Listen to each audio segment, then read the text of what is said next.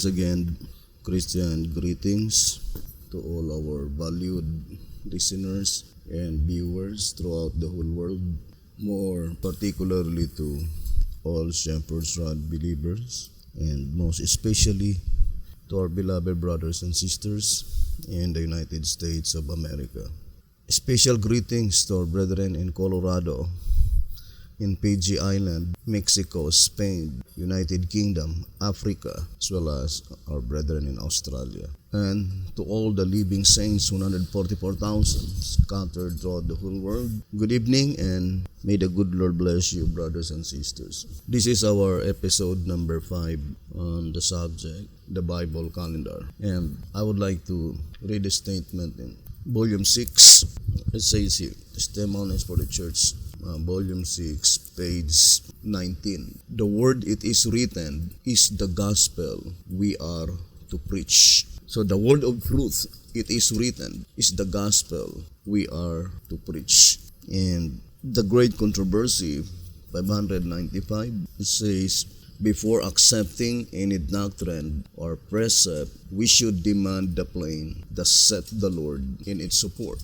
And herein to us are, let's read again on page 41. It says, even those who profess to be teachers of righteousness have forfeited their faith in the biblical reckoning of creation. God, having knowledge of the present deceptive denial of His holy word, has devised a prophetic blueprint in symbols of beasts, wings, ribs, horns, heads, crowns, etc., by which he points out in this prophetic panorama the facts with a force that should humiliate men and show them their utter ignorance and lack of wisdom. Then it says, according to biblical reckoning, the flood came more than 1,600 years after creation. So the shepherds would call it biblical reckoning on account of the flood. Now, as we already stated, brothers and sisters, Bible time prophecy must be reckoned with biblical reckoning. And it is proven, for example, in answerer number 3, page 46, concerning the prophecy in Daniel chapter 7. It says that the same power is indeed symbolized by both beasts is unmistakably seen from the fact that both blaspheme the same length of time, the former for a time and times and the dividing of time, Daniel 7 verse 25, and the latter for 40 and 2 months, Revelation 13 verse 5. The same period is identically stated in Revelation 11 verse 3 and is equivalently represented in Revelation 12 verse 14 as a time and times and half a time, which according to the rule of interpretation of Ezekiel chapter 4 verse 6 is equated time 1 year times 2 years and half a time, or dividing of time 1/2 year or half a year, in the aggregate equaling 3.5 years or 42 months or 1,260 days, 12 months to a year, and 30 days to a month, Bible reckoning. Answerer number 3, page 46 and page 47.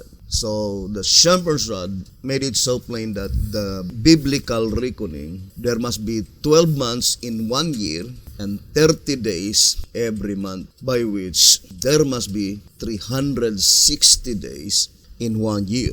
So, to repeat again, our basis must be Bible as explained by the Shepherd's Rod. Here in answerer number 5 on page 55, saying, the Bible and the books of the Spirit prophecy being the sole source of the Shepherd's Rod message, therefore, when the rod is taught, the Bible and the Spirit of prophecy are taught. So, the only way that you can rest assured that it is the genuine teaching of the Bible. You need to teach the Bible in the light of the Shepherd's Rod. According to our reading, brothers and sisters, or our explanation must be exclusively found in the golden bowl. So I would like to read again that reading in to us our page 289, saying, "Find your explanation in the bowl, and you will have no trouble in knowing the truth or of avoiding the ever-ready trap of deception. Thus, the difficulty in knowing the difference between truth and error is eliminated." To us our page 289. And in track number 11, page 12, it says, "Get your doctrine, brother, sister, only from the golden bowl. And be not like the waves of the sea, driven with the wind and tossed. Be not carried about by the many winds of doctrine that are blowing wildly from every direction to cause you to lose your way to the everlasting kingdom." Track number 11 on page 12. So that is the admonition given by the voice of inspiration. Remember, the Bible is very plain that the earth is circle. In Isaiah 40, verse 22, it says, "It is he that sitteth upon the circle of the earth." So the earth is a circle. And the very first one that discovered that the earth is round, we know that is Galileo Galilei. Now, here in track number 5, on page 85, says, "Once men fought the astronomical findings of Galileo. They even forced him to recant his position that the earth was round, but their fighting the truth did not make the earth flat." Track number 5, page 85. So the earth is round. And I think one of the contemporary of that scientist, Galileo Galilei, is Kent Hunter. And in his thesis, he proved that the original or the earth rotate on its axis every year, 360 days. I would like to show to you Kent Hunter. It says, "An ideal earth year of 360 days" by Kent M. Hunter. 360 days, the ancient standard. But in the days of the Egyptian Empire, their astronomers, the scientists in the days of Egyptian Empire, they say that the rotation of the earth is 365 days. And that is the commencement of the change of the calendar. Let us read Modern Times and the Living Past. And Modern Times and the Living Past. And I would like to read to you Patriarchs and Prophets 114. Now, in the Modern Times and the Living Past, page 34, it says, "The Egyptians studied the heavens and attained a knowledge of astronomy. And one of their greatest achievements was their fixing the length of the year at 365 days. But the Bible called it falsely science, so-called, brothers and sisters. And it says, the Egyptian calendar was devised in 4241 BC. By it, the year was divided into 12 months of 30 days each, leaving 5 holidays at the end of the year." So, there was a period of time by which the Egyptian calendar, brothers and sisters, following the calendar of the antediluvian world, only 360 days every year. But at the time when their so-called astronomers declared that the earth rotate on its axis 365 days a year, what they did is that they did not add the 5 days on to the 12 months. They still continue that every month there must be only 30 days. But at the end of the last month, they have 5 days. 5 days holidays, by which the 5 days holidays were not included in their calendar. But the next year, the following calendar must begin after the 5 days holidays. And that is the reason why God's people in Egyptian bondage had lost sight of the antediluvian calendar. And it is necessary for God to re-establish the creation calendar, by which we are now going to study at this time. So it says here, brothers and sisters, the Egyptian calendar was devised in 4041 BC. By it, the year was divided into 12 months of 30 days each, leaving 5 holidays at the end of the year. It was this calendar with slight changes that Julius Caesar adopted for the Roman people many centuries later. Caesar added the 5 holidays to various months, thus making them uneven in length, and provided that 1 year in 4 should have 366 days. Many centuries later, Pope Gregory XIII again corrected the calendar 1582 AD, and in the form in which he left it, it is in use now in nearly all civilized lands. And we know that the changes in 1582 AD, that was in the month of October, that October 4 and supposed to be the next following day must be October 5.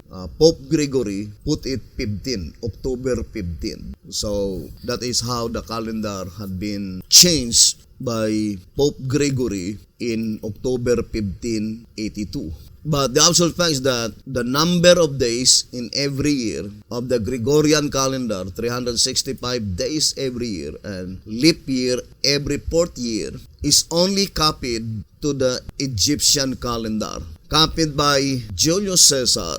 And we know that the calendar that had been introduced not by Julius Caesar, but it is Augustus Caesar, is called the Julian calendar in honor to Julius Caesar. But that Julian calendar was copied only from the Egyptian calendar. So the statement recorded in track number 10, let's read again. Track number 10 on page 38, it says, though the nations of today do not follow the biblical monthly calendar.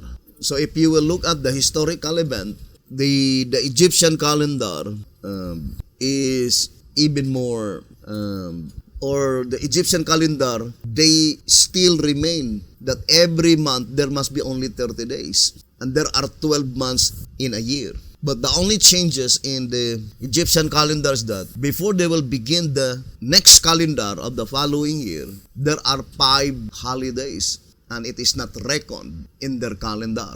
But the Julian and the Gregorian calendar, brothers and sisters, the 5 days was included in the 12 months calendar in a year.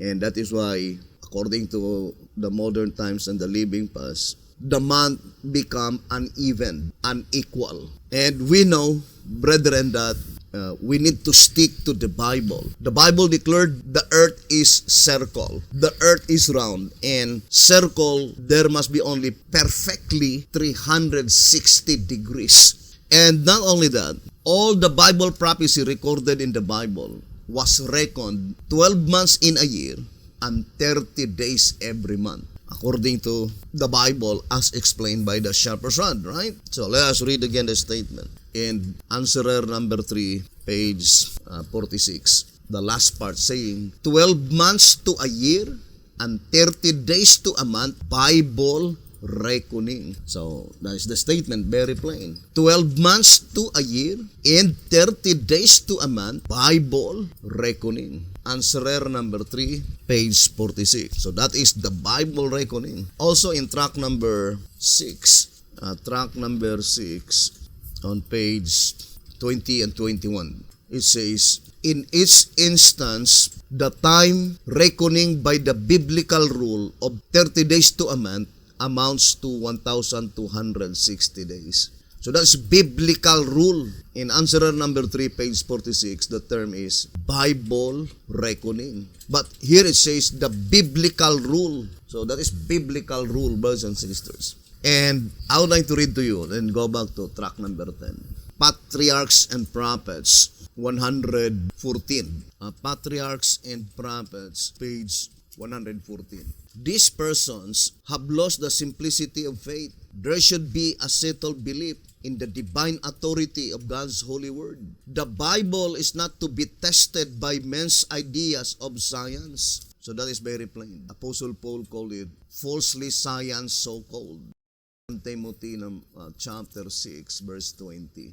Falsely science so-called. The Bible is not to be tested by men's ideas of science. Human knowledge is an unreliable guide. Skeptics who read the Bible for the sake of cavilling may through an imperfect comprehension of either science or revelation claim to find contradictions between them. But rightly understood, they are in perfect harmony. Moses wrote under the guidance of the Spirit of God, and a correct theory of geology will never claim discoveries that cannot be reconciled with his statements. All truth, whether in nature or in revelation, is consistent with itself in all its manifestations. So that is very plain here in Patriarchs and Prophets, page 114. So the only record concerning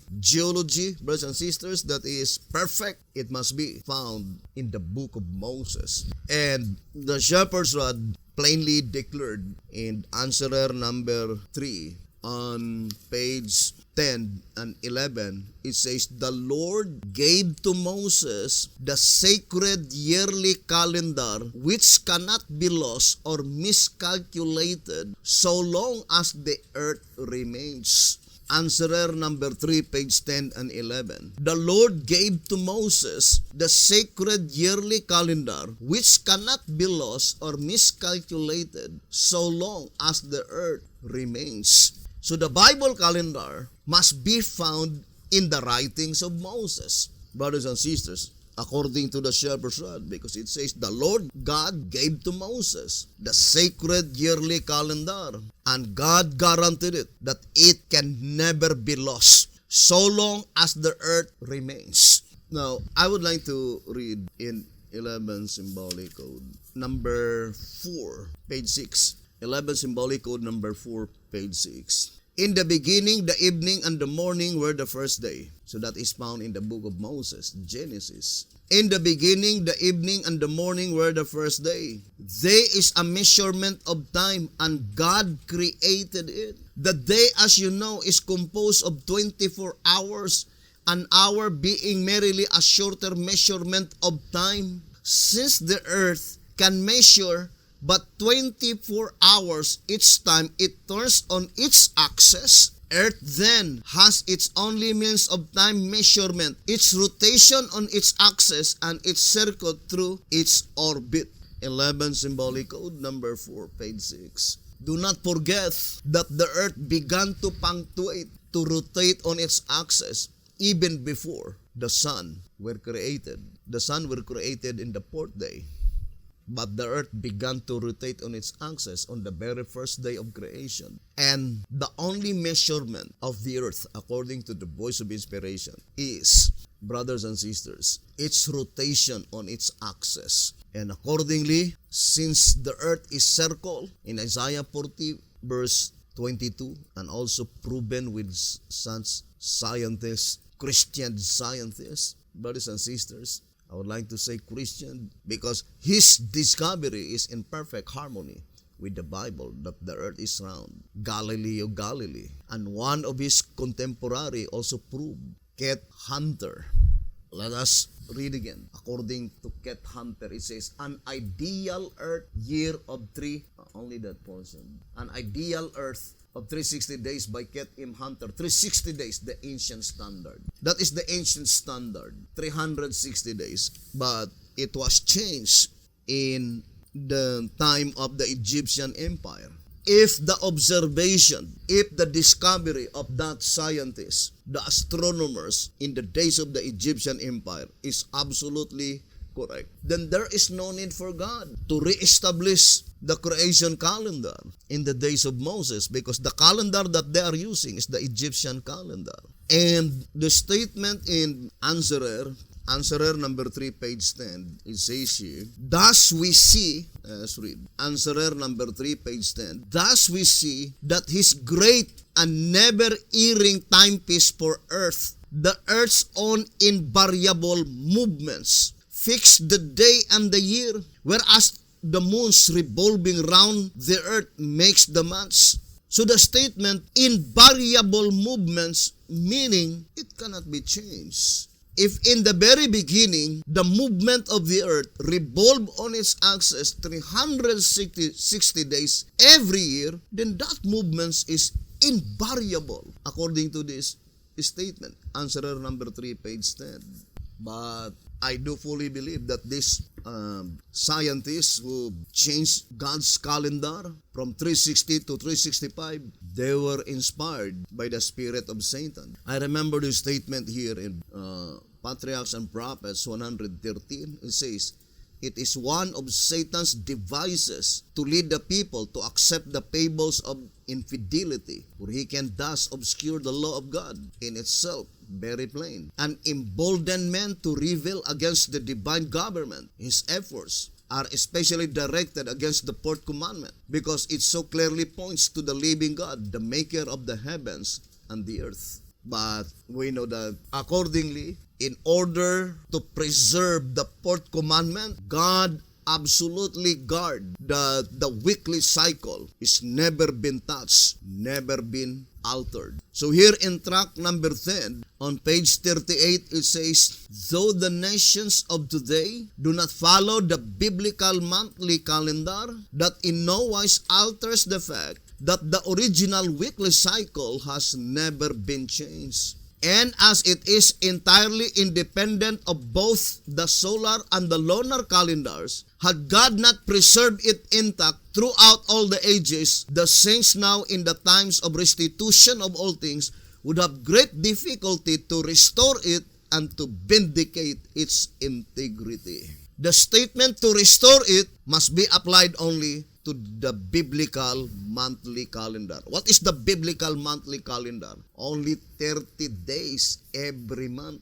Look at the Gregorian calendar. The February is 28. And every fourth year, it becomes 29. And there are months which is 31. January, March, and July, August, October, December, brothers and sisters. And it is the devil. In reality, according to our reading in Patriarchs and Prophets 113, the main target of the devil is the fourth commandment. But God absolutely guarded the weekly cycle. And here in track number 10, on page 37, and also page 35, let us read the statement on page 35. There is no doubt in the minds of any that the Jewish and apostolic churches in Christ's time were keeping the right Sabbath day, and that the zeal which the Roman Emperor Constantine had for the Christian faith would have absolutely forbidden him to abolish the Christian calendar and to establish another which would annihilate both the Sabbath of creation and their memorial of the resurrection. But it is pointing to the weekly cycle. On page 37, it says, this historical record plainly shows that the weekly period of 7 days has continued unbroken from time immemorial, that Rome did not abolish the Christian week but the Romans, and that the one which took its place was the same as the Jewish or the Christian. So that historical event, brothers and sisters, is plainly telling us, according to the Shepherd's Rod, that God preserved it intact. The weekly cycle never been changed, never been altered. From the very first week of creation, from time immemorial, with unbroken line, continued. And the principal reason that God preserved it intact, first, that the keeping of the weekly Sabbath, brothers and sisters, will be observed by all God's people, unbroken line. And in the book of Daniel, it is called the daily, according to the Shepherd's Rod, which pointing to, although the term daily does not refer alone to the fourth commandment, but in the other sense, it is also referring to the fourth commandment, meaning continual, forever. It says here in 2SR 132, the Sabbath doctrine is the only Bible truth in the Christian dispensation that has to do with a definite day. Hence, it is called daily. The word daily in the Hebrew by Isaac Lezer is rendered continual. Thus, it clearly bears the evidence that the Sabbath, daily doctrine, is a continual and everlasting truth. So it is a continual and everlasting truth. And God preserved it intact in unbroken line so that God's people can rest assured that the day by which they are resting is the exact day by which God commanded in the fourth commandment, in the Decalogue, in Exodus chapter 20. But the absolute fact is that the other reason why God preserved it intact throughout the ages, never been altered, never been destroyed, according to the Shepherd's Rod, in track number 10, page 38, so that at the time of the restitution of all things, the saints, I do fully believe the saints mentioned there are pertaining to the saints that will no longer to taste death, that the saints would have found no difficulty in restoring it to vindicate its integrity. Although there is no in the side of our Almighty God, it is very easy to restore the Bible calendar. Even though the record, maybe the weekly cycle, the record had been lost. But the thing is that we as human beings, it will be difficult for us to understand, brothers and sisters, without the absolute record of the weekly cycle by which it has never been changed. Or in other words, for example, when Pope Gregory XIII changed the calendar in 1582, although I don't know who have that record. In October 4, that is, I think that 1582 AD in Gregorian. October 4, that is, I think, Thursday. And the changes is that on Friday, instead, it should be October 5, Pope Gregory made it October 15. So it is the date that had been changed, but the day still Friday. The weekly cycle was not changed. If Pope Gregory changed in this way, for example, October 4, 1582 AD, Thursday, and then the next day, instead of October 5, it will October 15, and he will put it Sunday, then the weekly cycle had been changed, but never been changed. The following day, still Friday. So the thing that had been changed is only the date. Instead of October 5, it became October 15. Now, let us continue to our study, brothers and sisters. Since the Shepherd's Rod already declared that the sacred yearly calendar was given by God to Moses, in this study, brothers and sisters, all the information, I think, must be found in the writing of Moses as well as the very year by which Jesus Christ was crucified. Because the Shepherd's Rod as well as the Great Controversy made it so plain. The record is very plain, right? In the Great Controversy, I do not know if in the folio there is a diagram, brothers and sisters. Jesus Christ was crucified in AD 31 or 31 AD. So that would be our first clue. The crucifixion of Jesus Christ.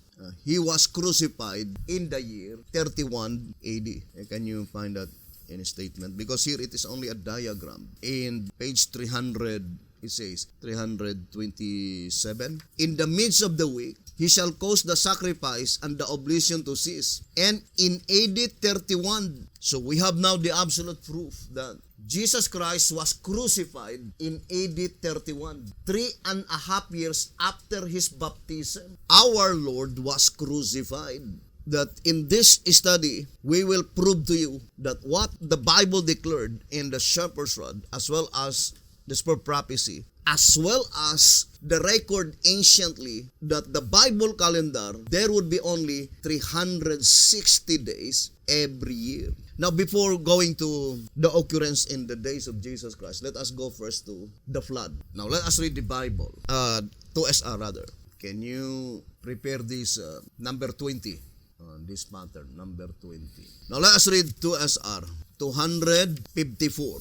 Flood coincides with the Passover and crucifixion. Flood coincides with the Passover and crucifixion. Now, let us read the statement. Our God commanded Noah with his family, beasts, fowls, and creeping things to enter in the ark on preparation day, Friday. In the selfsame day entered Noah, as God had commanded him, and the Lord shut him in as the Sabbath drew on, being the 10th day of the second month. Genesis 7 verse 13 and 16. Now, the statement is very plain. Noah entered into the ark Friday, and that is the 10th day of the second month. Therefore, that is May 10th. Now, brothers and sisters, I would like to emphasize that the Bible calendar had only 7 patterns. Hope that I could be able to explain it in a more comprehensible manner. Why? Why is it that the Bible calendar has only 7 patterns? Because there are only 7 days in 1 week.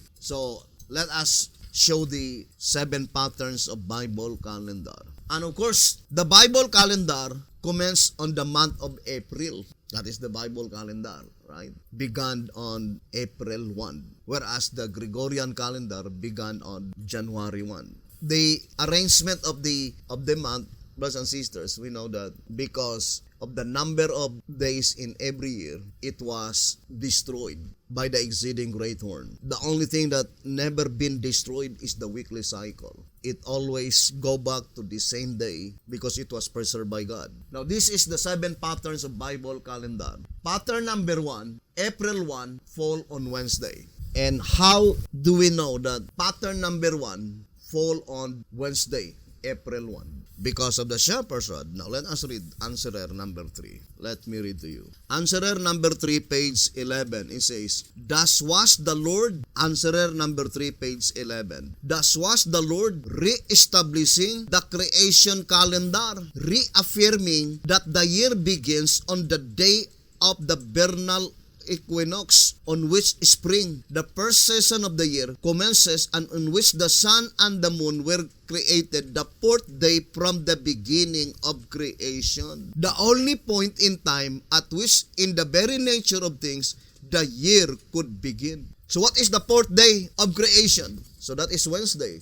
Sunday, Monday, Tuesday, Wednesday. So the creation calendar begin on Wednesday. So that is pattern number 1. April 1 fall on Wednesday. Pattern number 2, April 1 falls on Saturday. Pattern number 3, April 1 falls on Tuesday. Pattern number 4, April 1 falls on Friday. Pattern number 5, April 1 falls on Monday. Pattern number 6, April 1 falls on Thursday. And pattern number 7, April 1 falls on Sunday. So, that is the 7 patterns of the Bible calendar. And we already read in the Great Controversy 327, by which the very year by which Jesus Christ was crucified is 31 AD. And the shepherd's rod made it so plain that it is on the 16th month of April. So let us read track number 3. Page 57, it says, The fact having been established, see illustration on page 55, the 3.5 years of Christ's ministry terminated on the 16th day of the first month. The first month is April. So Jesus Christ was crucified on April 16, and we know that that was Friday when Jesus Christ was crucified. Then counting 3.5 years, follow the illustration on page 55, we find that his baptism took place on the 16th day of the 7th month, which was in the week of Tabernacles, and the celebration of which was the end of the agricultural year, the close of the harvest. Leviticus 23 verse 39. So from Christ's baptism to his crucifixion, exactly 3.5 years. And that is 1,260 days. If the Bible calendar, 365 days every year, then the 3.5 years would not be 1,260. 365 times 3, that is 1,095. Then 365 divided by 2, 182. 182 plus, so that would be 1,277 days. But the Bible is very plain. From Christ's baptism to his crucifixion, that is exactly 3.5 years, exactly 42 months, exactly 1,260 days. And that is the first clue, because by establishing baptism to crucifixion, you can go forward, you can go backward, using the weekly cycle, using 12 months every year, 30 days every month, 360 days every year. All the history from creation, all the history from crucifixion, and all the prophecy it is easy to discern, brothers and sisters. Although you need time, brothers and sisters, to make such a calculation. But thank the Lord. We will be thankful to our Almighty God, because what God is saying is really true. The statement in 2 SR 229. Let us read again the statement. God's servants shall have no time or desire for the cares of this world, for there is a city prepared for them whose builder and maker is God. As we have just enough time to get ready for translation, we must not let the enemy steal our precious moments, because the work is so broad, its expansion so vast, and its importance so great. God has inspired modern science to invent and build speedy equipment to quickly finish his work. But thou, O Daniel, shut up the words and seal the book, even to the time of the end. Many shall run to and fro, and knowledge shall be increased. Many shall be purified and made white and tried, but the wicked shall do wickedly, and none of the wicked shall understand, but the wise shall understand. Daniel 12 verse 4 and 10. And also the statement in White House Recruiter, page 36. So, White House Recruiter, page 36, it says, because time and the gospel at their climactic hour, and the work is consequently of transcendent scope, expansion, and importance, yet of exceeding short duration, God has inspired men to invent and build time and labor-saving, wonder-working, earth-mastering tools and machinery of all kinds, marvels which would have staggered the imagination and beggared the credulity of former generation, notwithstanding the centuries aforehand, the high and lofty one that inhabit eternity. Isaiah 57 verse 15 declared, but thou, O Daniel, shut up the words and seal the book, even to the time of the end. Many shall run to and fro, and knowledge shall be increased. Daniel 12 verse 4. The statement, build time, brothers and sisters, doesn't mean that modern science, they are the one who build the time. But this statement in White House Recruiter, page 36, and also 2SR 229, we fully believe that that is absolutely real. Because in the modern science, through internet, we do not know who established that timeanddate.com. Timeanddate.com. Because of that invention in the modern science, brothers and sisters, in which the weekly cycle never been broken, you can easily calculate from one event to the other because of that, timeanddate.com. And it is the shepherd's rod who declared it, that it is God who inspired. I remember I think that is also the fulfillment that prediction of Isaiah. Let me see. Verse 13 in Isaiah 47. Isaiah 47 verse 13. Thou art wearied in the multitude of thy counsels. Let now the astrologers, the stargazers, the monthly prognosticators stand up and save thee from these things that shall come upon thee. So it points out to the modern science that had been inspired by God, brothers and sisters, to help God's people. Now, let us gradually show to you the accuracy of the scriptures, the shepherd's rod, as well as that statement in the shepherd's rod in 2SR 229, as well as the statement in White House Recruiter, page 36, that God inspired the modern science, not the scientists by which they inspired wicked devices. I remember that statement is it in 1SR? Wicked devices. And those scientists that inspired wicked devices, for sure, they were under the inspiration of Satan. It says in page 225 in 1SR, while the world is making rapid progress in human wisdom and wicked devices. For example, those who invented those weapons of war, that is wicked devices. And it is Satan who inspired those scientists. Although the gadget that is employed by God to use in spreading the gospel, but sometimes also Satan can divert it to use in evil ways. For example, cell phone and many others, brothers and sisters. Now let us go back again to our reading, brothers and sisters. Now the shepherd's rod declared clearly, brethren, that when Noah entered into the ark, that is May 10, Friday, according to 2SR, the one we read.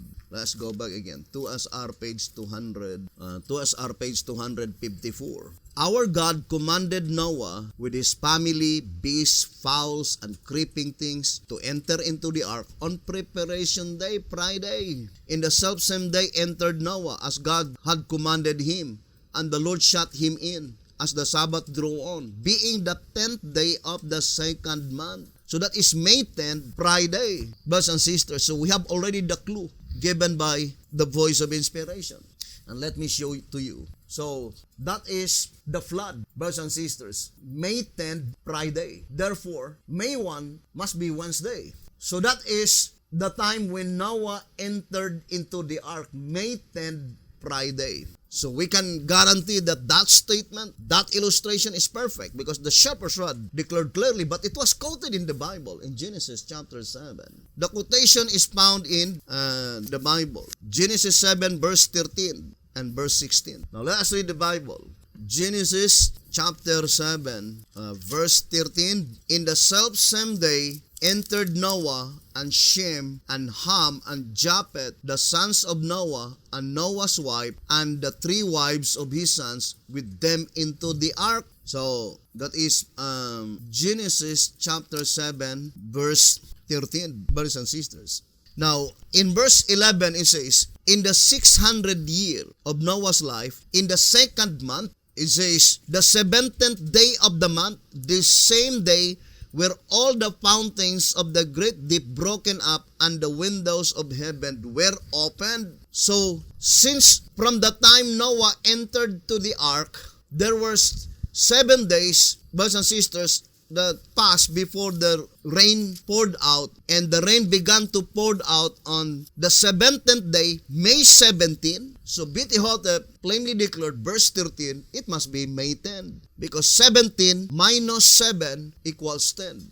So the statement in 2SR 254, it says, Noah entered into the ark on May 10, and it was Friday. Now, in what way that BT-hotep rest assured that the day Noah entered into the ark, it was Friday? There was no record in the Bible that it was Friday, brothers and sisters. The only record in the Bible that is May 10th. Although May 10th is not declared, but only by analysis, because the rain began to pour out on May 17, and from the time Noah entered into the ark, there are 7 days that passed before the rain began to pour out. So 17 minus 7 equals 10. Therefore, Noah entered into the ark on May 10, on the 2nd month. But the shepherd's rod plainly declared here that May 10, when Noah entered into the ark, that was Friday. And for sure, 100%, the statement must be absolutely perfect.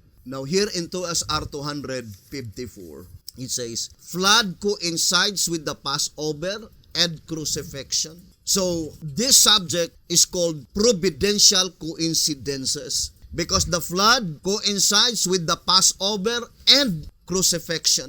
Now let us read the entire paragraph. Our God commanded Noah with his family, beasts, fowls, and creeping things to enter in the ark on preparation day, Friday. In the self-same day entered Noah, as God had commanded him, and the Lord shut him in as the Sabbath drew on, being the 10th day of the 2nd month. 7 days later, or at the beginning of the following Sabbath. So we need to study first, when does the Sabbath begins? It begins on sunset on Friday, brothers and sisters. So that is the beginning of the Sabbath, on the sunset on Friday. So the rain began to pour out on May 17, and that was Friday, but sunset, the beginning of the Sabbath. Now, let us continue reading. And it says, 7 days later, or at the beginning of the following Sabbath, being the 10th day of the month, all the fountains of the great deep were broken up, and the windows of heaven were opened, and it rained upon the earth 40 days and 40 nights.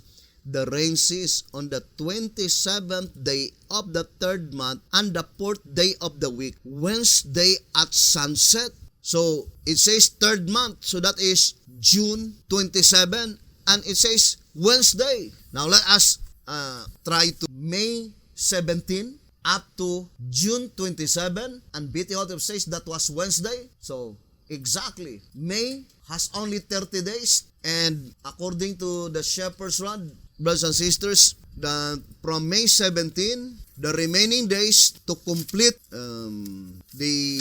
there will be 13 days because that is 17. Remaining 13 days plus 27. 27 plus 13, that is 40 days. 40 days and 40 nights. So the rain ceased at sunset on Wednesday, June 27. The rain began to pour out sunset on May 17, the beginning of the Sabbath. Noah entered into the ark on May 10 at sunset as the Sabbath drew on. So, the record, brothers and sisters, in the Bible, as explained by the Shepherd's Rod, is absolutely accurate. And I would like to read to you, to shorten our study. Let us read the statement here in 2SR page 248. Let us read the statement. Therefore, from the day the rain started to the day the ark rested, not on the ground but from drifting, was exactly 5 months. You see, exactly 5 months. The same is recorded in verse 3. And the waters returned from off the earth continually, and after the end of the 150 days, the waters were abated. This fact proves that the antediluvian monthly calendar consisted of 30 days to a month. 5 times 30 equals 150 days. So, you see, brothers and sisters, the antediluvian calendar, that is the creation calendar. Of course, when God restored the calendar in the days of Moses, the term is no longer antediluvian, but it is called the Mosaic calendar. But that Mosaic calendar is the antediluvian calendar, the creation calendar, brothers and sisters, because we know that the church is divided only into 3 periods: antediluvian, post-diluvian, and Christian era, according to track number 2, right? On page 13. But the creation calendar, according to the Shepherd's Rod, they called it as the antediluvian calendar. Now, let us go to the summarization. It says here, the following, still 248 in 2SR. The following is a summary and a grand total of days: 40 while raining, 110 to the time they began to subside, 164 days for the waters to recede in the bowels of the earth, and 56 for the earth to dry, making a total of 370 days, and 7 before the flood had started, reaching a grand total of 377 days, 12 months and 17 days in all, 30 days to the month. So 360 plus 17, 12 months and 17 days in all. So the record on account of the flood, it is exactly 1 year and 17 days. And through the account of the flood, we can rest assured, brothers and sisters, that every month consists only 30 days. And every year consists only 12 months. Here we could prove the statement in answerer number 3, page 10 and 11, saying, the Lord God gave to Moses the sacred yearly calendar. Remember, brothers and sisters, there was no written record in the antediluvian world, and not until in the days of Noah. And I would like to show to you here in slide number 4, in port number 42, the wonders, brothers and sisters, in, if you could see, brothers and sisters, so that is the grand total. 7 days before the flood, from the time Noah entered to the ark, May 10. 40 days while raining, that is rain. Then 110 days to the time they began to subside. 164 days for the waters to recede in the bowels of the earth. 56 days for the earth to dry. And it says 377 days in all. That is recorded in 2SR 248. 377 days. And number 3 is the number of God, Trinity, and 7 indicates completeness. And look at here, and there is really wonder.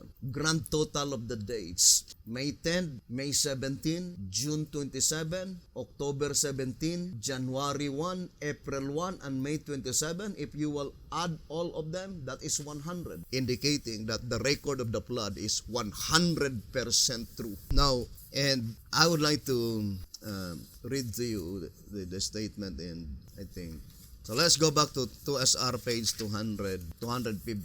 So let's read again the statement. Flood coincides with the Passover and crucifixion. And let us prepare number 20. So it says here, our God commanded Noah with his family, beasts, fowls, and creeping things to enter in the ark on preparation day, Friday. In the self-same day entered Noah, as God had commanded him, and the Lord shut him in as the Sabbath drew on, being the 10th day of the second month. Genesis 7 verse 13 and 16. 7 days later, or at the beginning of the following Sabbath, being the 17th day of the month, all the fountains of the great deep were broken up, and the windows of heaven were opened, and it rained upon the earth 40 days and 40 nights. The rain ceased on the 27th day of the third month, and the 4th day of the week, Wednesday at sunset. There is a remarkable coincidence between the flood and the Passover week, also in connection with the crucifixion, resurrection, and ascension of Christ. Therefore, this divine providence is worthy of our earnest consideration. The Israelites were commanded to take the Passover lamb apart from the flock on the 10th day of the first month, and were to kill it on the 14th day of the same month at even. Exodus chapter 12 verse 3 and 6. As Christ was crucified, buried, and resurrected within the Passover week, the weekly cycle and the monthly calendar coincide as follows. The 10th day in which the lamb was to be taken from the flock fell on the 7th day Sabbath that year. So the statement says, fell on the 7th Sabbath, on the 7th day Sabbath that year.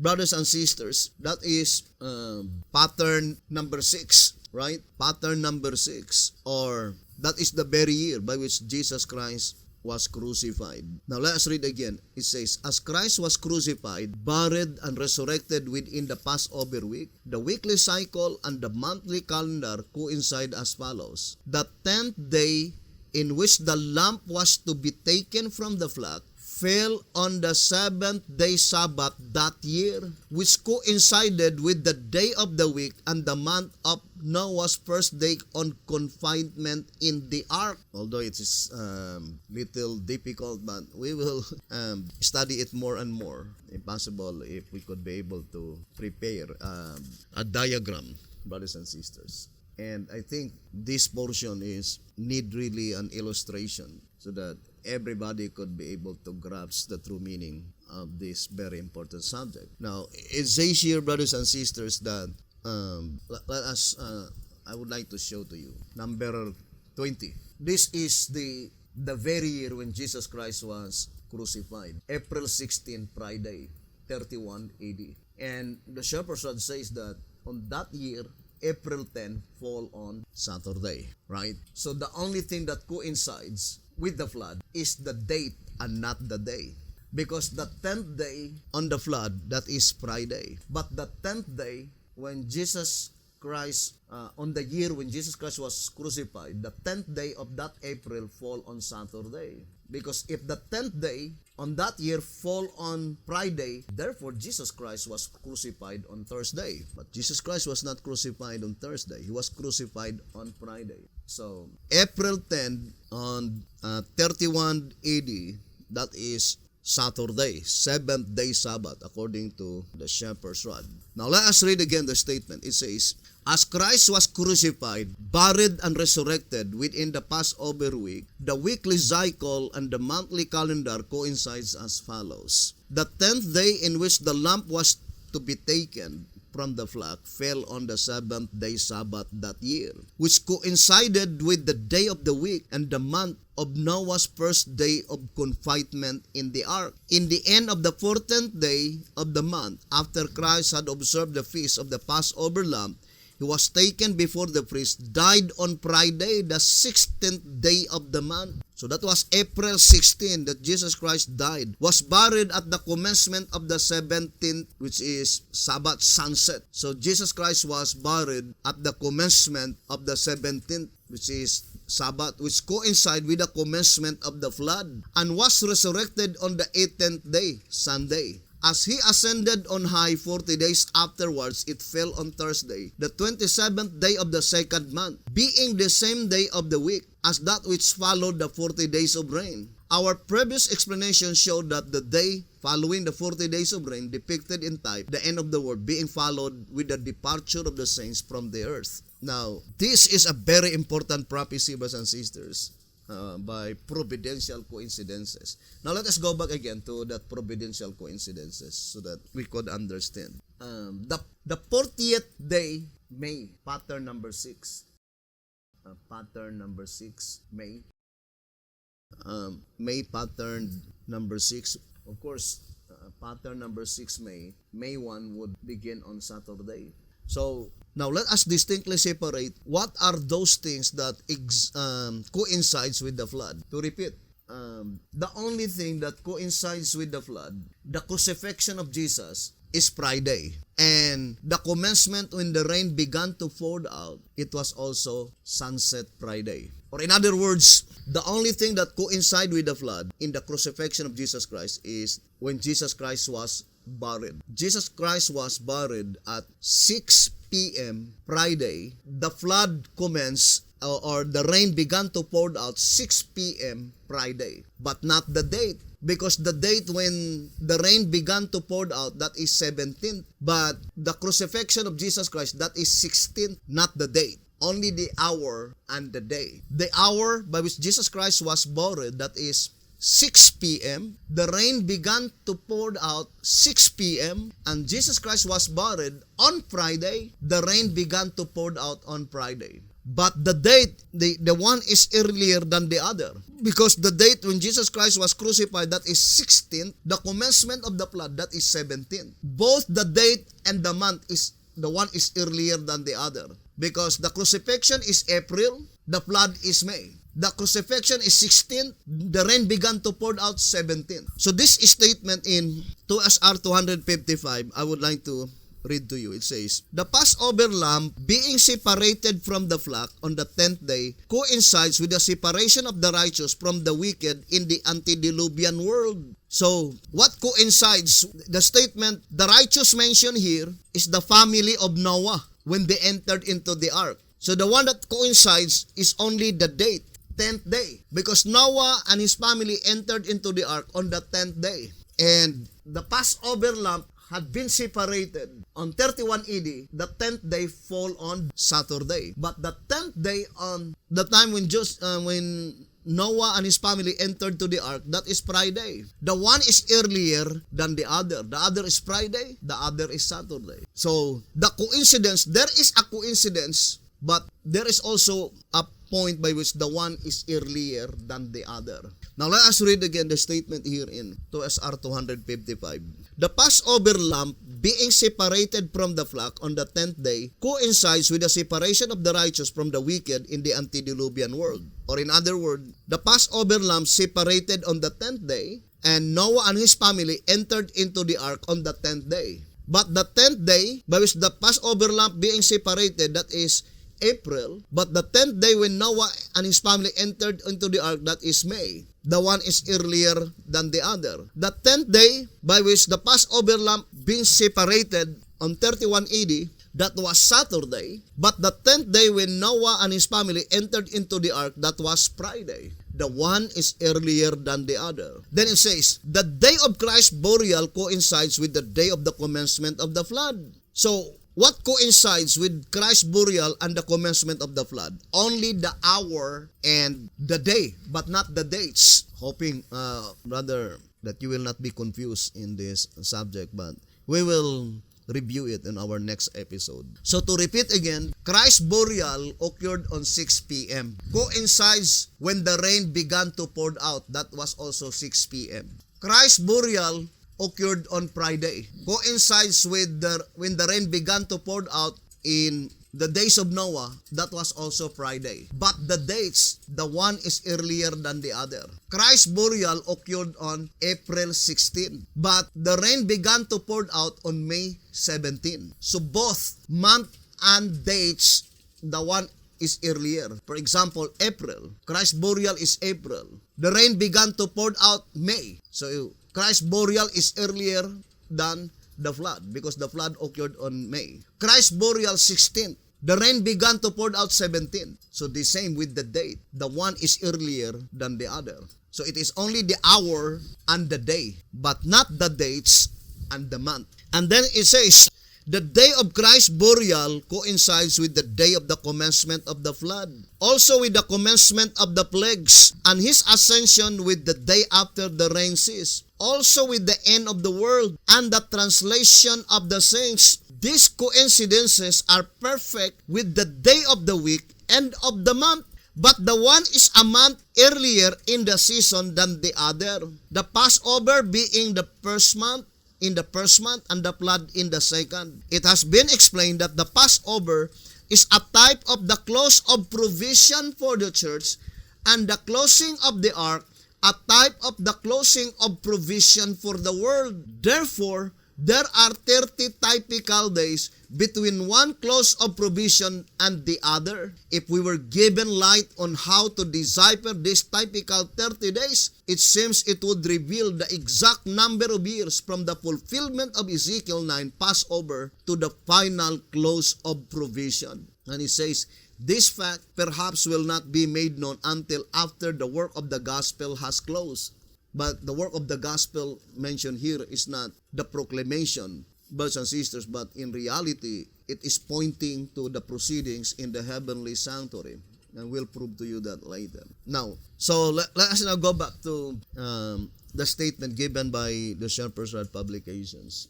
So it says, the one is earlier than the other. Now let us go back to the chart, brothers and sisters. So this is the year by which Jesus Christ was crucified, 31 AD. Great controversy, 327.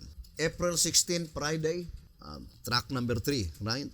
What page is that? In track number 3, it says on the 16th of the first month. Page 57, track number 3, page 57. And also 2SR 254. So, if you will compare this calendar, 31 AD, to the calendar in the days of the flood, to repeat again, the only thing that coincides with the burial of Jesus Christ and the commencement when the rain began to pour out is only the time and the day, not the dates. Because the date is earlier than the other, not the months. Because the months, the one is earlier than the other. So the burial of Jesus Christ is on the first month, but the flood is on the second month. So the one is earlier than the other, brothers and sisters.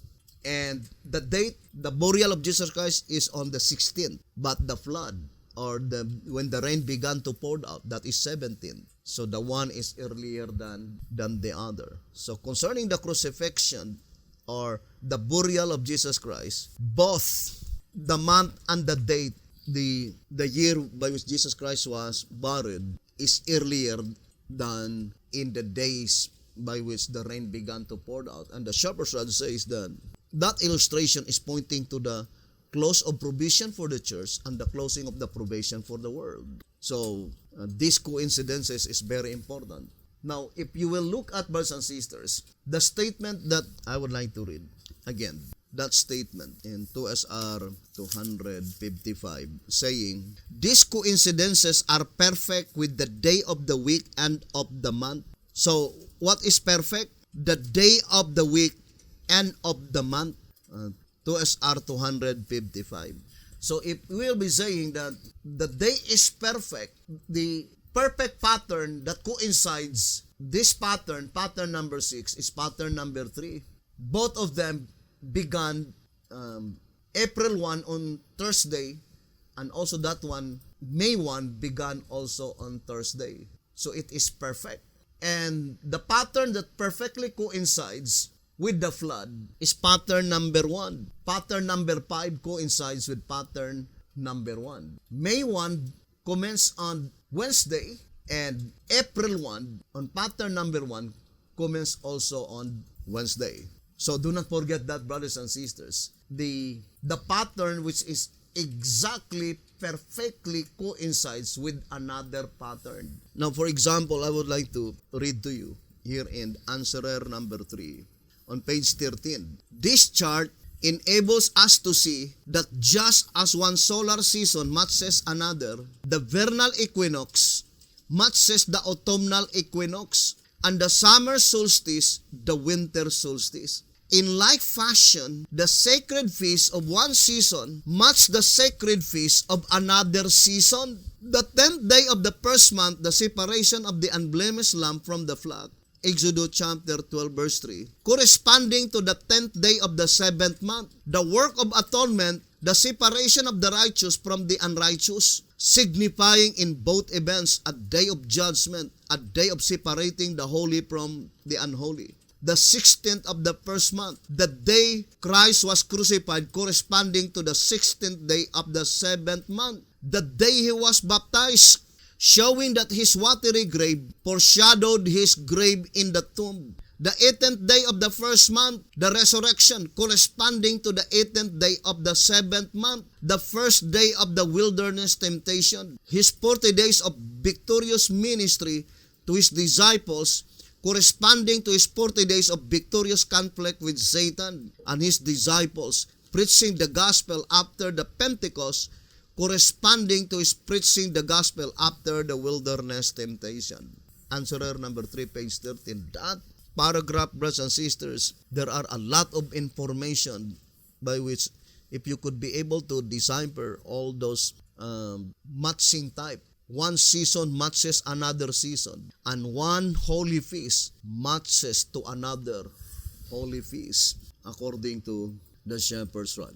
Now let us go back to our subject concerning the Bible calendar.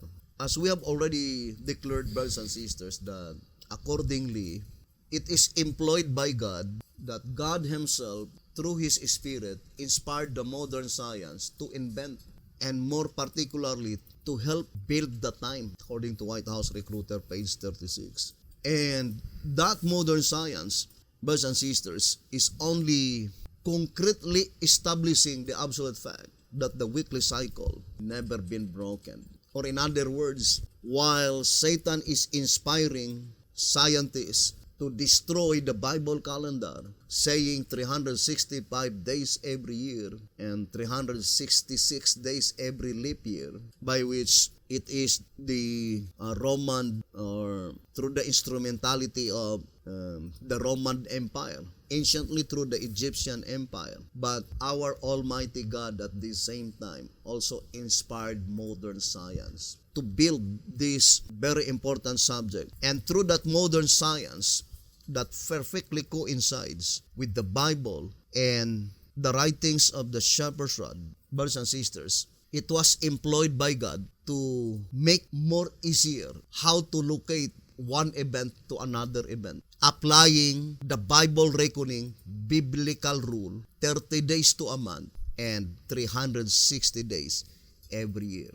And through that information, God places it in our hands graciously, brothers and sisters, so that the Bible calendar will be perfectly restored. The reason that God preserved it intact, the weekly cycle, because it is the purpose of God that the weekly Sabbath will be observed by His people with unbroken line. But concerning the Holy Feast, historically, there are periods of time by which the people of God no longer observe the Holy Feast. And I think as far as the history is thus concerned, there are two prominent events by which God's people no longer observe the Holy Feast. That was during Egyptian bondage within 215 years, and also during the Babylonian captivity. So we have that historical event, brothers and sisters. And of course, that historical event is also picturing with unmistakable evidence, as stated in 1 SR 226, in the antitype, that there was a period of time by which God's people no longer observed the Holy Feast after all the apostles died, and that is more particularly during the Dark Ages. And that is Babylonian captivity, antitypical Babylonian captivity. But for sure, brothers and sisters, the Sabbath keepers typifying being in Egyptian bondage. The same with ancient Israel during Egyptian bondage. And the mere fact that God did not restore the Bible calendar not until they went out of Egypt, it seems that God do not require them to observe the holy feast during that period of time, by which in reality they cannot observe it while they were still in Egypt. And since we are studying the prophecy by which the Shepherd's Rod says that the perfect fulfillment of that predicted event, Israel went out of Egypt, brothers and sisters, still in the future in the days of Beti-Hotep. So one of the prominent event that perfectly manifests in your life that you are already abandoned Egypt is the Holy Feast. Because you cannot observe the Holy Feast while you are in Egypt. Therefore, if you observe the Holy Feast, an indication that you are no longer in Egyptian bondage. And since God declared in answerer number 3 on page 9 and 10, saying, "Thus the all-knowing one, he who created the heavenly bodies, and knows the very moment he set them in motion to govern the day, the month, and the year, decreed that the holy feast be observed in the very month and on the very day on which they were first ordained." And the only way that we could observe the holy feast on the very day and on the very month by which it was first ordained is by restoring the creation calendar, as once the Lord did in the days of Moses. Saying in page 11, "Thus was the Lord re-establishing the creation calendar." And the mere fact, brothers and sisters, that we are now on the very day by which the creation calendar was restored indicates clearly that we are now in the judgment for the living. Here in 1 TG number 28, page 15, it says, "The judgment for the living, the day in which all things are to be restored." Mark chapter 9 verse 12, 1 TG 28:15. The judgment for the living, the day in which all things are to be restored. And we know that it is through the channel of antitypical Elijah the Tishbite that all things will be restored. Here in the General Conference Special, page 19 and page 20, in doing all this, he sets in motion the power that is to restore all things. Hence Christ's positive declaration, "Elijah truly shall first come and restore all things." Matthew 17 verse 11. Inevitably then, without his message, we would die in our ignorance, in our sins, never live to see the restoration completed.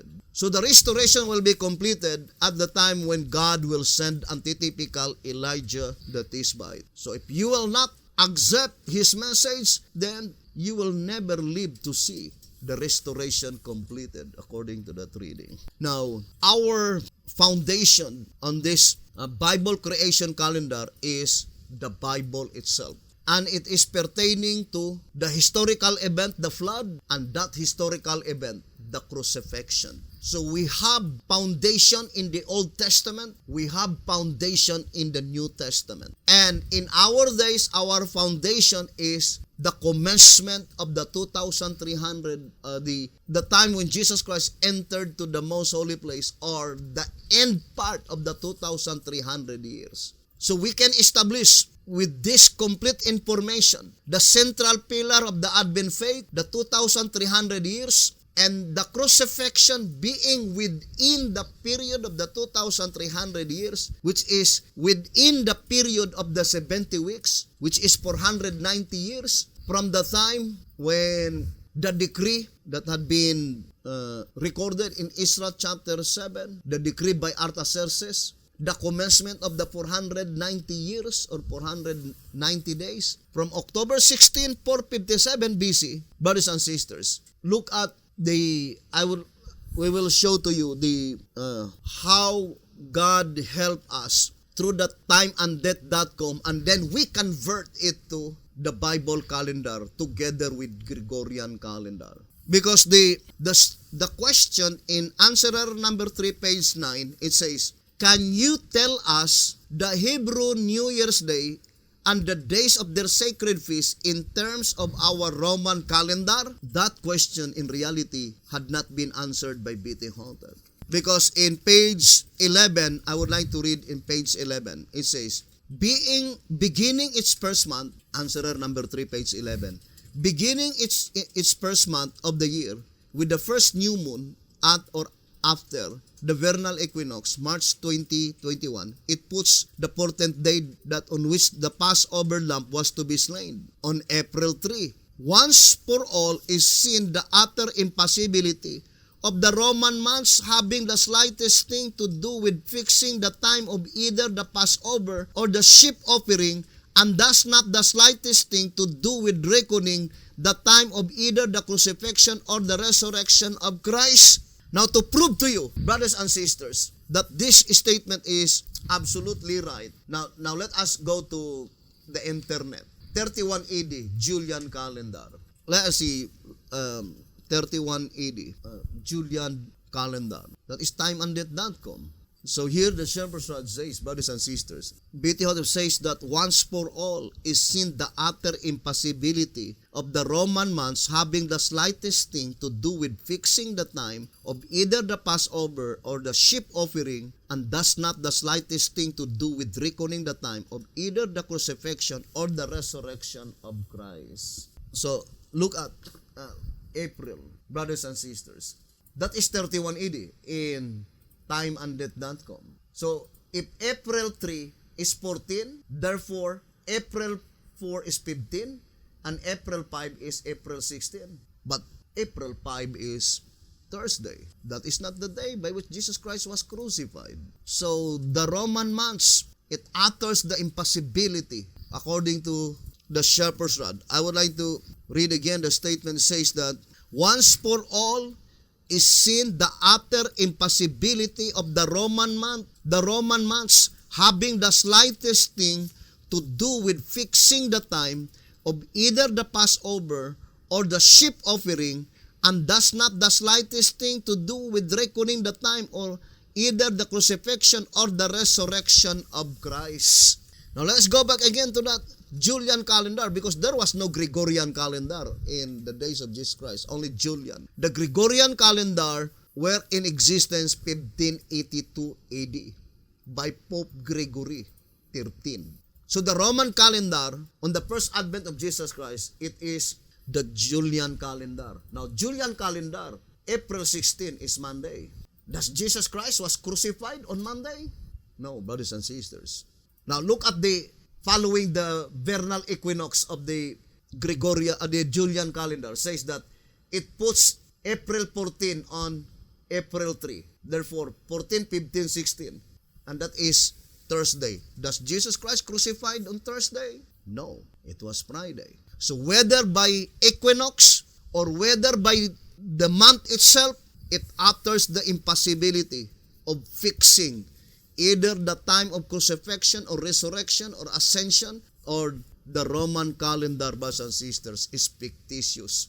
And the events without the Bible creation calendar, then, brothers and sisters, you cannot locate the exact fulfillment, either history or prophecy, through the Gregorian or through the Julian or through the Gregorian calendar. But the calendar that we are using now is Gregorian. So it is in absolute importance to have such Bible calendar, brothers and sisters. And through that Bible calendar that was graciously placed in our hands, using only the Bible and the Shepherd's Rod publication together with the great controversy or spur prophecy, God restored it through the written records of the inspired records.